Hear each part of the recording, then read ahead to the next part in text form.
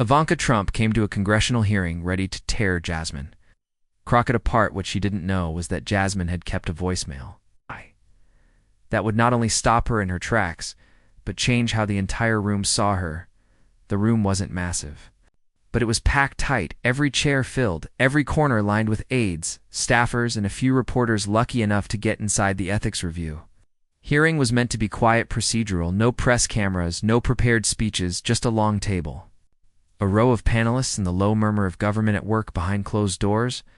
Washington, D.C. was its usual July, self-humid, impatient, and coiled tight with political tension inside this room. Though the temperature felt colder, people weren't here to argue policies. They were here to assess character. Representative Jasmine Crockett sat at the far end of the long oak table, calm, poised, her notes neatly stacked in front of her. She wore a gray suit, not flashy. It's not loud, but sharp. Her expression was unreadable, her fingers loosely intertwined as she waited for her turn to speak. The day had already dragged past schedule. A few minor ethics disputes had been reviewed and shelved. Then the chair, Representative Glenn Norwood from Ohio, tapped the mic and cleared his throat. "All right, we'll be moving to the next review item. We've received a submission from a third party participant requesting the opportunity to speak. This individual is not a current member of Congress but was deemed relevant by committee vote." There was a collective shifting in seats. Third-party submissions were rarer still when the name, Ivanka Trump, followed. Glenn looked up. "Ivanka Trump, you may address the panel." She stood from the back, heels clicking, with practiced elegance, and made her way to the podium with that carefully constructed composure she'd mastered over years in the spotlight. Her beige blouse and black pencil skirt were perfectly fitted, not a hair out of place. Phones in the room weren't allowed to record, but you could still feel the silent clicking, every blink, capturing the moment in memory. Jasmine didn't move. She kept her eyes on the edge of the table, jaw relaxed, but everyone could feel it. Something was coming. Ivanka adjusted the microphone and smiled faintly. "Good afternoon. Thank you for the opportunity to speak." Polite, polished, familiar. "I want to begin by acknowledging the importance of ethical integrity in public service. It's not partisan. It's foundational." There were a few small nods around the table, and with that in mind, she continued, her tone dipping just slightly. "I feel it's necessary to express my concern regarding Representative Jasmine Crockett." The air shifted. Ivanka looked straight ahead, never at Jasmine as she delivered the next line. "I believe her recent conduct reflects a pattern of reckless behavior, performative aggression, and language unbecoming of someone in her position. While public service demands passion, it also demands restraint, and frankly, I do not believe Representative Crockett demonstrates the kind of measured leadership we should require from this body." A few members shifted again, this time comfortably. One or two exchanged glances. Jasmine stayed still. Ivanka pressed on. She has in recent months made inflammatory comments, used social media to escalate political tensions, and repeatedly undermined bipartisan progress by refusing to engage respectfully with opposition members. This isn't about party lines, it's about fitness. A faint cough came from the left side of the room. One Republican panelist, Representative Caleb Dwyer of Idaho, pressed his lips together, looking suddenly interested. The entire room had changed in 5 minutes. What had begun as a routine ethics review had become a slow public reckoning. But Jasmine still hadn't moved. No flinch, no rebuttal, just stillness, calm like stone. Ivanka's voice softened as she wrapped up. "I respect the difficult work that happens in this room, but I urge the panel to consider whether behavior like this damages public trust in ways we cannot afford with that." She stepped back, thanked the committee again, and returned to her seat at the rear. All eyes moved to Jasmine. Her name hadn't been officially listed for questioning today. Her team had received no notice that Ivanka would appear. No chance to prepare, and yet her eyes finally lifted, steady and clear. There was no flash of anger, no raised brow, just a small breath, a soft click as she opened her binder, and a quiet voice that cut through the tension like a scalpel. "Chairman Norwood, if I may respond," but no one expected what she was about to do next. The room didn't breathe. Chairman Norwood gave a single short nod. His face unreadable, he leaned back in his chair, and for a few seconds, nobody moved, not even the stenographer.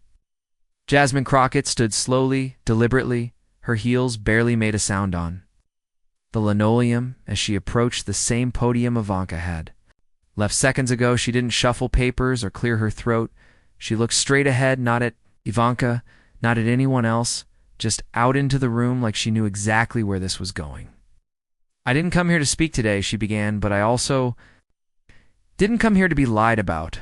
A murmur moved through the crowd, hushed and nervous. She let the words land and sink her voice, calm, not defensive. "I've sat in this seat for nearly 3 hours. I've listened to discussion after discussion about accountability, transparency, truth, and now suddenly, without warning, I'm being accused of being unfit for office by someone who doesn't even serve in this chamber." A couple of heads turned toward Ivanka, who was now sitting completely still, hands clasped in her lap. Jasmine paused for a breath, her fingers resting lightly on the podium. Her tone shifted firmer, now grounded. "Let's be real, this ain't about ethics. This is about image narrative control. I know the pattern when I see it.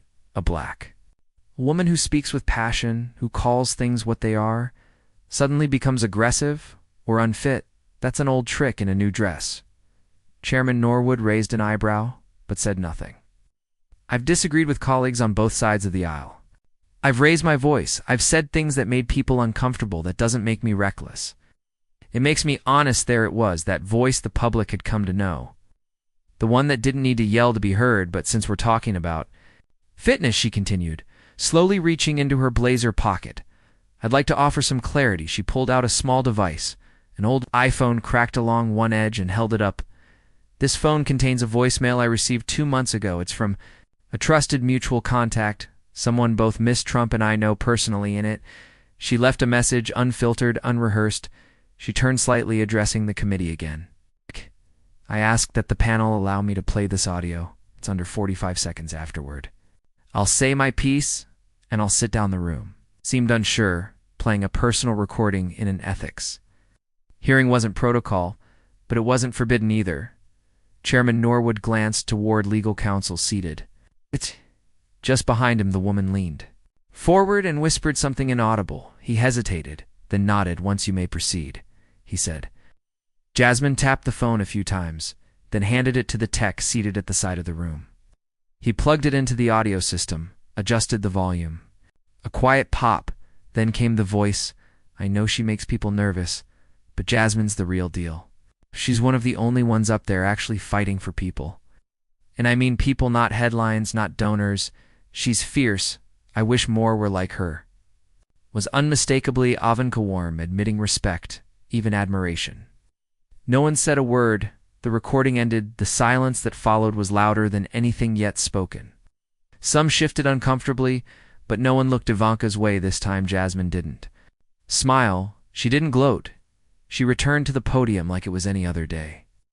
"That message wasn't meant for me. It was meant for someone else, but they shared it because they knew this moment would come." Her voice dipped just slightly. "It always comes. When the truth doesn't serve the script, people rewrite the story." Ivanka hadn't moved. Her posture stayed intact, her expression neutral, but her eyes had lost the shine. Jasmine continued, "You don't have to like my tone. You don't have to like how I vote, how I speak, or how I show up, but you do have to respect that. I show up, that I work, that I fight for my district, that I don't fold when someone throws dirt just to see if it sticks." Now the tension was shifting again, away from accusation and towards something more uncertain, more thoughtful. "I'm not here to clap back or perform. I'm here to remind this room that truth still matters, even when it's inconvenient." She turned back to Chairman Norwood. "I yield," and with that she stepped away from the mic, but the room wasn't ready to move on. Not yet. For a moment there was no sound, no shifting papers, no clearing throats, not even the usual tapping from nervous staffers with pens, just quiet, a tight, unfamiliar kind that stretched across every face in the room. Chairman Norwood didn't say anything. He just stared ahead, his knuckles resting on the table beside him. A younger aide leaned in to whisper, but Norwood didn't move. Then it started, not loud, not dramatic. Just small movements, people looking at one another, trying to read the mood before they opened their mouths. Representative Caleb DeRay leaned slightly toward Representative Gerald Wexley across the table. Gerald blinked slowly, then tilted his head like he wasn't sure what he'd just witnessed. It wasn't just the audio, it was who had played it. Jasmine hadn't raised her voice once, She hadn't insulted anyone. She hadn't even called Ivanka out directly, and yet it hit harder than any speech they'd heard in months at the back of the room. A staffer scribbled something quickly in a notebook. Two others exchanged glances, one of them mouthing a quiet wow before turning. His attention back to the table, Ivanka sat still, but the color in her face had changed, not red with embarrassment. Just pale, like someone watching the version of herself she wanted to project slowly erode in real time. Chairman Norwood finally spoke, voice low. Representative Crockett's response has been noted for the record. The panel will resume the scheduled review, but it was clear no one wanted to go back to routine. The air had shifted, and Jasmine had returned to her seat like nothing had happened. A few chairs down, Representative Sheila Ransom from Oregon leaned slightly toward her. That was cold-blooded, she whispered, eyes wide. Jasmine didn't smile. Just facts, she said softly. Caleb Dwyer cleared his throat, trying to break the fog. I'd like to revisit an item from earlier, he said, fumbling with his notes. No one was listening. Even the stenographer glanced up, unsure if she should continue typing or just take a break. The atmosphere had cracked, and from that crack something new was leaking in discomfort, reflection, maybe even regret. People weren't sure where they stood anymore. A Republican strategist seated quietly near the wall scribbled 3 words onto a legal pad. Not the moment he knew what this was supposed to be a performance, a jab at the progressive wing, an easy win for the optics game. But now it was starting to feel like a backfire on Jasmine's end. Her phone buzzed silently in her jacket. A staffer across the room gave her a tiny nod. Text messages were already pouring in. The leak hadn't happened yet, but people talk, and when people talk in D.C., the rest of the world hears it fast. Meanwhile, one of the younger panelists, Representative Colleen Bay from Minnesota, sat completely still, her hands clenched together on her lap. She had been one of those who often criticized Jasmine's approach, calling her too abrasive for coalition building, but something in the way Jasmine had handled herself today unsettled that belief. Colleen wasn't ready to say it out loud yet, but she was reconsidering her stance, and that mattered because behind every closed-door review, behind every procedural step, behind every smoothed-over phrase in a press release, was perception, and perception was changing. Even Norwood's stoic, slow-moving Norwood tapped his pen once, then twice, before adjusting his glasses and looking toward Jasmine for a second longer than necessary. Moving forward, he said, the committee will review item 8. A few attendees shifted. Again, this time trying to fall back into rhythm, but there was no rhythm left. The mood was cracked wide open, and at the center of it all sat Jasmine, silent, still unreadable, but more powerful than she'd ever looked. But the moment wasn't over yet. Not even close. The formal agenda resumed, but only on paper. As Norwood read aloud the next item, barely anyone processed it. Eyes kept drifting toward Jasmine. A few watched Ivanka, but she was stiff now, almost hidden behind the polite mask she'd worn. Walking in, something was different in the room. People weren't here to just hear anymore. They were watching, calculating, remembering. Jasmine, however, didn't seem to care. She leaned toward her aide, Amania, sharp and fast-moving woman from Fort Worth, and whispered, pull the timeline file. Amani raised an eyebrow. You want to go ahead with it? Jasmine nodded, quiet but certain they need to hear all of it. Amani tapped her iPad, scrolled, then passed it to Jasmine with a look that said, you sure? Jasmine gave a tiny shrug. Excuse me, Chairman, she said calmly, since my name was brought up in an official capacity, I'd like to use my remaining time to provide context. Norwood looked up, expression unreadable after a pause. He gestured with his hand. Proceed. Jasmine stood, again holding the tablet in one hand and a printed sheet in the other. She didn't return to the podium. Instead, she spoke directly from her seat. The voice was the same, measured, focused, but it carried more weight now. Want to walk this room through the actual work I've done over the last 14 months? She began. No sound bites, just facts. She raised the paper and began to read. In March, I introduced the Urban Policing Reform Act, tied to data from communities across Ohio, Arizona, and Louisiana. Bipartisan support, 3 Republican co-sponsors. It passed subcommittee review unanimously. She paused. In May, I worked with Representative Gabriel Chen from Utah on a rural education equity package, the goal internet access in underserved school districts, not just in Texas, in places some of y'all haven't stepped foot in since campaign season. There was a faint exhale from someone at the end of the table. She didn't break stride in July. I helped establish the clean access corridor plan that bill focused on lead pipe removal across state lines using federal grants without partisan restrictions. That one passed the House floor with votes from both sides. Check the record. She looked up now. Her eyes didn't wander. She met faces one by one. You can disagree with how I speak. You can be uncomfortable with how direct I am, but when you measure work, real work, you don't get to ignore the numbers. Someone near the back, Representative William Hurst, shifted in his chair. He'd once accused Jasmine of being all style, no substance, in an offhand remark to a reporter today. He hadn't said a word. Jasmine continued, in my district, there are zip codes with less access to medical services than rural parts of South Dakota. I've spent the last year building coalitions with people I've never voted with, not because I had to, but because my people needed it. She let that linger. This isn't about image, it's about impact. A silence followed that line, deeper than the ones before. Ivanka had looked down. Now her hands, once folded neatly, were resting apart on her lap. Her eyes weren't on Jasmine anymore. One of the aides by the door scribbled something in a notebook. Jasmine glanced at him, then back to the room. Didn't bring this up today. I didn't ask to be defended or explained, but since someone thought my name needed to be dragged into this, then let's drag the facts with it. There was a weight to her voice now. Not just defiance, but something deeper.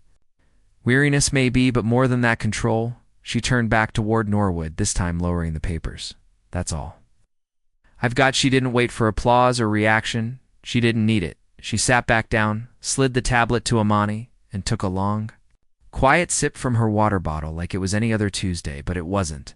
The panel had just watched her dismantle an entire accusation with nothing but a list of receipts, but it was what happened after the hearing that would change everything. The session broke for a 10-minute recess, but nobody moved, not right away. One by one, chairs squeaked back from the table, and people filed out. Some whispered to their aides, others walked out in silence. Deep in thought, the usual hum of a break was replaced by something else, an awkward quiet, like the kind that hangs around after someone said what nobody else had the guts to. Jasmine didn't stand. She stayed seated, eyes focused on her binder, flipping a page. She had no intention of reading. Amani leaned over and whispered, "You sure you want to hang back? You know the reporters are circling the hallway?" Jasmine shook her head. "Let them circle. We didn't leak the recording. We played it in this room, where it mattered. Outside, the panelists trickled down the hallway. Some peeled off toward restrooms, others paced or took calls. Ivanka walked in the opposite direction from the other's phone, clutched tightly in her hand, lips pressed thin. No eye contact, no glances toward the press. But by the time she made it to the end of the corridor, it was already too late. The audio was out. It wasn't clear how. Maybe someone in the room recorded it against the rules. Maybe the mutual acquaintance who originally shared the voicemail with Jasmine decided it was time to go public. Maybe an aide texted it to the wrong number. It didn't matter. By the time Ivanka reached the side exit, the 45-second clip was circulating on 3 different news blogs and had been reposted on X by a popular political strategist with the caption, "This you." Ivanka reporters swarmed near the sidewalk, but security held them off. Still, their questions cut through the air like knives. "Miss Trump, did you send that voicemail? Why praise Crockett privately and criticize her publicly? Did the RNC approve your appearance?" Today, no answers, just the rhythmic sound of Ivanka's heels hitting the pavement a little too fast inside.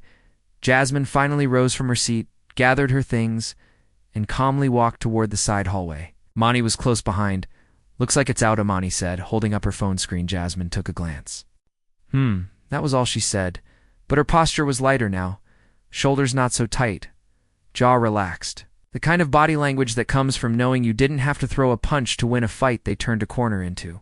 At a private hallway heading toward her car, that's when she spotted him, Representative Arthur Weissman, the oldest member of the committee, a Reagan-era conservative who rarely engaged unless absolutely necessary. He stood by a vending machine, slowly pulling a bottle of water from the rack. He saw her, paused, then walked toward her with careful steps. "Representative Crockett," he said, voice low. She stopped. Amani's grip on her phone tightened. I won't pretend we've ever agreed, Weissman said, straightening his tie. And I've certainly said things in the past I wouldn't repeat today, Jasmine. Didn't speak. She just waited. But I'll tell you something, he went on. I've sat through more hearings than I can count. And today, that was the first time in a long time I saw someone handle a blindside without blinking. Jasmine's eyes narrowed slightly. You saying that for yourself, or for the record? Weissman gave a half smile. Both he turned and walked away without another word.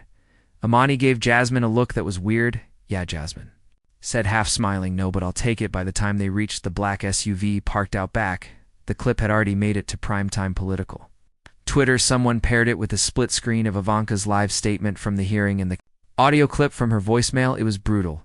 The contrast couldn't have been clearer inside the vehicle. Jasmine sank into the seat. Amani handed her a charger and opened a tablet, scanning the flood of commentary. She's trending, Amani muttered even. Folks who don't like you are saying you handled it with class. Jasmine didn't look up. She stared out the window as the SUV pulled into traffic. I wasn't trying to trend, she said. I was trying to survive the day with my dignity. Amani grinned. Well, you did that and then some, but the clip wasn't just trending. It was about to start a conversation that neither side could control 2 months.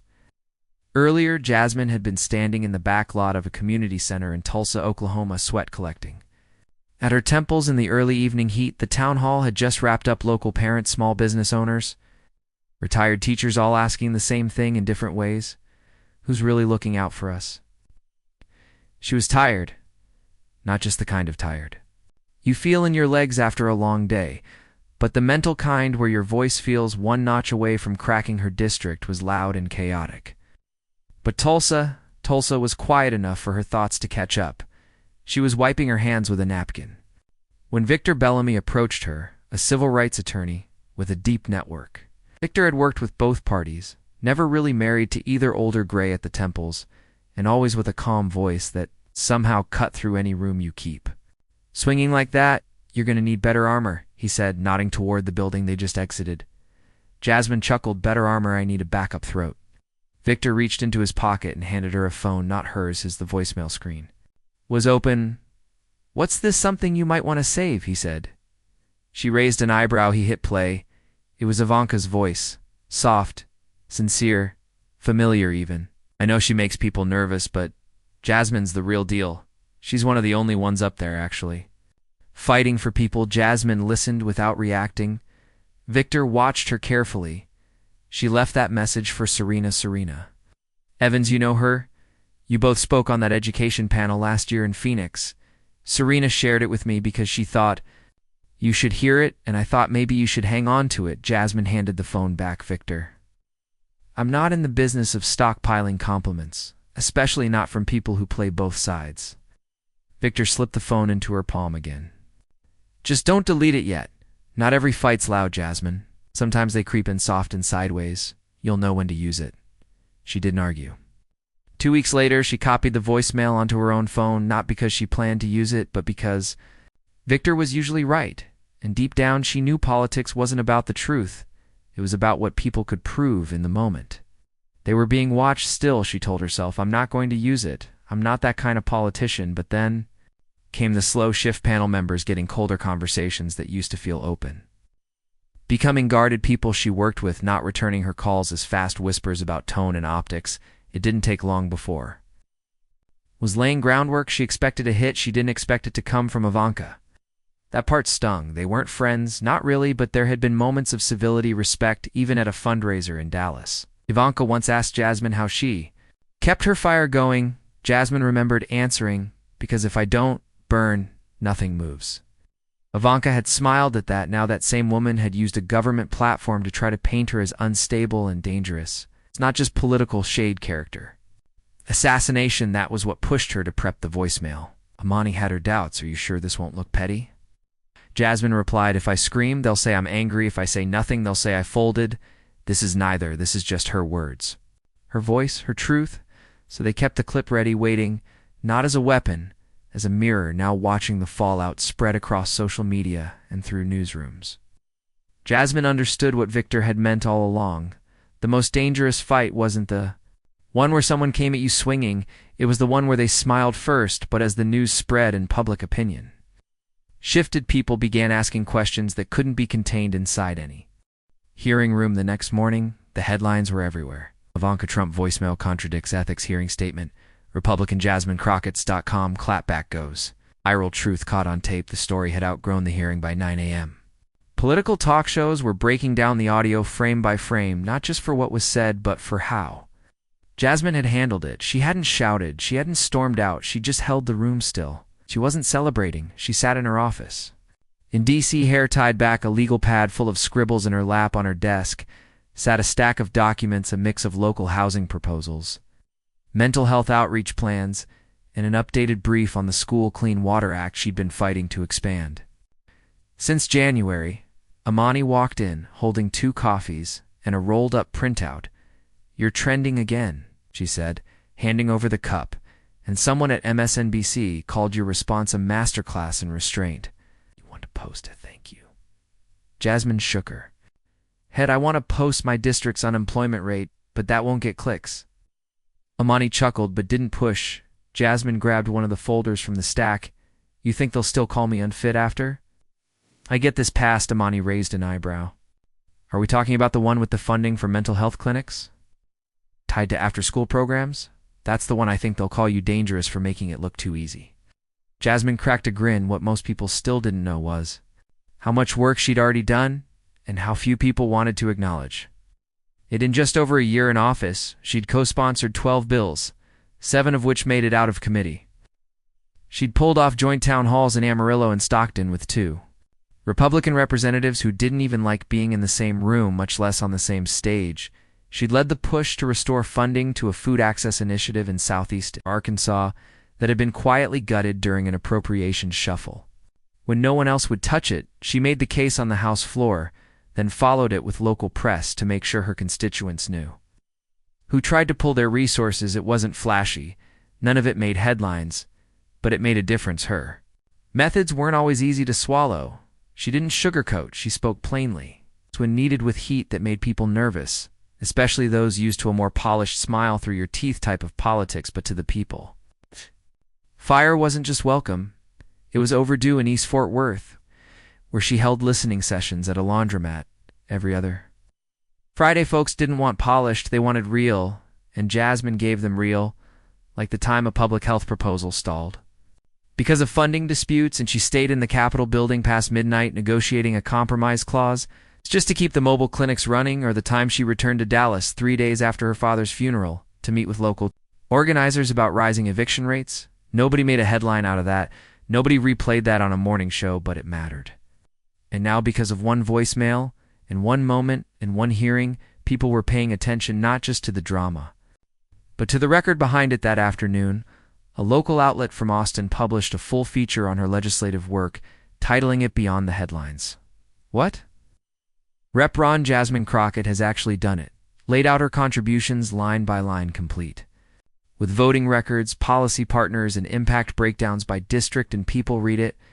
Not everyone, of course, but enough to shift the conversation. For once, the story wasn't just about how she looked or how she sounded. It was about the substance behind the style. Amani tapped her screen.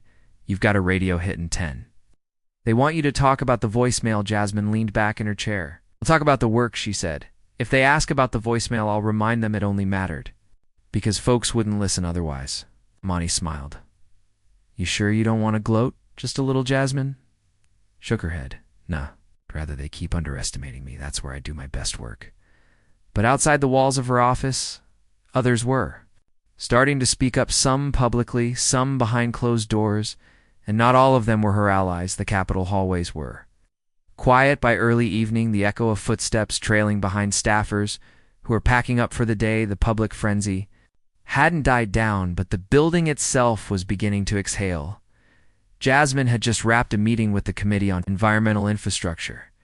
Nothing dramatic, just to check in on the status of an inter-district green space project she'd pitched back in February. As she stepped out of the side elevator onto the second floor, she didn't expect to see Representative Robert Linton waiting outside her office, tall, stiff with a gray buzz cut, and a tendency to end every sentence with a low grunt. Linton was known for his firm handshake and firmer disdain for anything not wrapped in traditional bipartisan lingo. He'd once told a reporter Jasmine had all the grace of a sledgehammer. Now he stood awkwardly, his thumbs hooked into the sides of his belt. Congresswoman, he said, nodding stiffly as she approached Robert. She replied evenly, need something. He cleared his throat. I wanted to speak to you privately, if that's all right. Jasmine studied him. If it's something worth saying. It can be said in the hallway. A pause. He glanced down, then back up. I didn't agree with what Ivanka did, he said. Not that it matters now, I suppose, but I wanted you to hear that from me. Jasmine tilted her head, silent. Linton went on. She tried to frame a narrative that didn't match the record.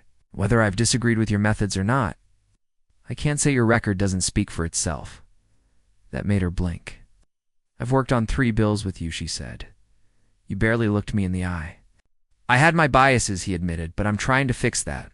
I watched the hearing, and the way you handled yourself, well, that was hard to ignore. Monty stepped out of the office behind them, saw the two of them talking, and ducked back inside without interrupting. You want something, Congressman? Jasmine asked, voice calm but firm. Linton chuckled, once dry no. I just wanted to say thank you for reminding me why some of us are still here, and I mean really here, not just keeping a seat warm. She let that sit for a second. Then I'll take that, she said, even if it took a voicemail to get you there. He nodded that it did. Then he turned and walked off, footsteps fading down the hallway like someone who knew they couldn't undo the past but could try to walk forward a little better. A few minutes later, as Jasmine stepped into her office, another message came through. This one was from Representative Colleen Bay. She wasn't calling to apologize, at least not directly. Instead, her message was simple. If you ever need support on that mental health funding bill, you've got it. Consider this my first real yes. Amani looked up from her screen. Eyebrows raised. That's 2 in one day. You expecting a parade next? Please don't jinx it, Jasmine said. Settling into her seat just then, her desk phone rang. Line to press office. She picked it up. Crockett, Congresswoman. It's Angie from KCLB Radio said. The voice on the line? I just wanted to say your segment earlier was fire, one of the clearest breakdowns of district-level impact we've ever had on air. The call-ins haven't stopped. I appreciate that, Jasmine replied, also just off record. One of our interns said her mom called and cried after listening to you explain why you fought so hard for those school water filters, said no one's ever made her feel seen like that. Jasmine closed her eyes for a moment. Tell her mom she was seen. That's the whole point. She hung up and leaned back in her chair. Not every win came with headlines. Some came quiet, carried in hallway confessions and unexpected voicemails, but those were the ones that mattered. They meant something changed. Even if just a little, but that small shift was about to spread far beyond D.C., because now the country was watching, and the media wasn't done talking by nightfall. The clip wasn't just viral, it was unavoidable.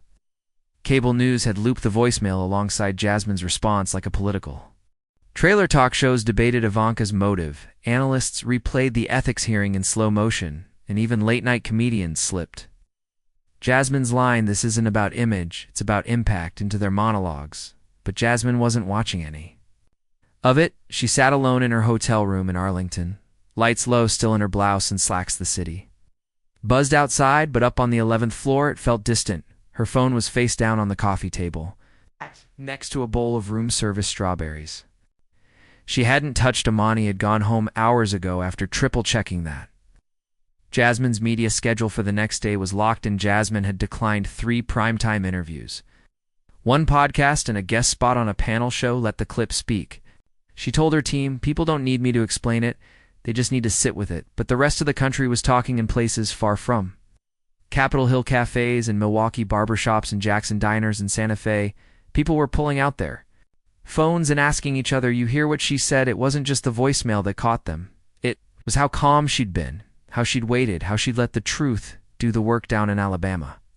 An elementary school teacher named Carla Jenkins played the clip during her government studies lesson. This is how you hold power without shouting, she told her 5th graders in Portland. A young woman posted a video of her mom watching Jasmine's response on YouTube, tears running down her cheeks. This lady reminds me of my auntie, who raised me. The caption read, They don't get credit till they force people to see him back in the hotel room. Jasmine finally reached for the remote and flipped on the TV MSNBC panel of 3 pundits, all women. We're talking about her. She didn't just survive that attack one. Said she flipped it, agreed, another chimed in. She turned a smear into a spotlight. And now they're scrambling to catch up. Jasmine muted the volume. She walked over to the window, pulled the curtain aside slightly, and stared out across the city. The Capitol dome in the distance was lit against the night sky, cold and bright. Her phone vibrated. She glanced at the screen, her mother calling from Dallas. She answered on speaker. "Hey, Mama." Her mother didn't say hello. That clip, she said instead. "I saw it. Your cousin sent it to me. Then your aunt called. Then my church group. Then some lady I barely talked to from bingo." Jasmine let out a tired chuckle. Sounds like it made the rounds her. Mother's voice softened. "You looked calm, but I know that face." "You were mad?" "I wasn't mad," Jasmine said. "I was tired." "Well," her mother replied, "you turned tired into truth." They sat in silence for a moment. It wasn't awkward, just full, "I'm proud of you." Her mother added, "I know," Jasmine said quietly. "Thank you." After they hung up, she stared at the city again. She didn't feel victorious. She didn't feel vindicated. She just felt awake because something had shifted, not just in the room that day, not just online, but in how people were finally seeing her, really seeing her. She wasn't a caricature anymore, not just the loud one or the angry one. She was a person with work receipts and calm fire in her chest, and people were beginning to respect that. She turned off the TV, closed the curtain, and sat back down at the small desk, pulled out a notepad, scribbled down one word, momentum, then underlined it because this wasn't the end of something, it was the beginning. But what came next would test whether that momentum could actually lead to change or just pass as another viral moment. With no real follow-through, the following week felt like someone had lifted the floor under Jasmine's feet, and she was still deciding whether it meant flying or falling. Her inbox tripled in volume. Messages came from journalists, college professors, small business owners, and complete strangers. Some called her brave, others just said thank you. The weirdest one was from a woman in Nebraska who admitted she'd never voted for a Democrat before, but felt seen by Jasmine's calm. Jasmine forwarded that one to Amani with the note, "Weird day, despite the flood." Yes. Jasmine kept showing up where it counted. She stood in front of her district's transportation board in Dallas the next Friday, arguing for sidewalk expansion funding like nobody in the room had ever heard of. Twitter. Then she flew back to D.C. the same night and met with representatives from both parties about a housing pilot program for single mothers. At no point did she mention the voicemail, and that choice, not dragging it out, earned her even more respect. CNN did a Sunday piece calling her a case study in political poise. A local Dallas radio station replayed the clip every morning for a week straight. Even people who disagreed with her politics started saying things like, "Well, at least she owns her words." But the moment that stuck with her most wasn't any of I sue, that it was a letter typed, folded carefully, no return address. Just her name on the envelope in shaky pen, inside a short note, "Miss Crockett, I've watched Congress for 30 years. Usually I see a lot of noise. That hearing was the first time I saw someone stand on truth without trying to humiliate the other side. You didn't shame her, you just held her to her own words. I respect that. I taught debate at a small high school in Ohio for 18 years. That's what I'll play for my students. Next week, not because of the politics, but because of the character. Keep going." HB, she read it twice. Then again, no name, just initials, no fanfare, no social handle, no angle, just quiet respect. Jasmine kept that letter tucked in the front flap of her binder because all the applause, the noise, the trending moments, those would fade. But this was different. It reminded her of why she got into this in the first place. Not for power, not for claps, but to make truth visible. When people tried to bury it under polished language and convenient narratives, in her next speech, at a university forum in San Antonio, she ended with a line she hadn't planned. "I don't care if people remember my name. I care if they remember how to hold power accountable without losing their own." It wasn't written down, it just came out, and the room went quiet, not the stunned kind, but the kind that meant people were really thinking. That was the whole point, not to win arguments, to plant seeds, to remind People that calm didn't mean weak, and grace didn't mean silence, and that sometimes the most powerful clapback isn't a roar, it's a mirror. So when young women asked her, "How do you stay composed when they come for you like that?" she told them, "The truth, you don't stay composed.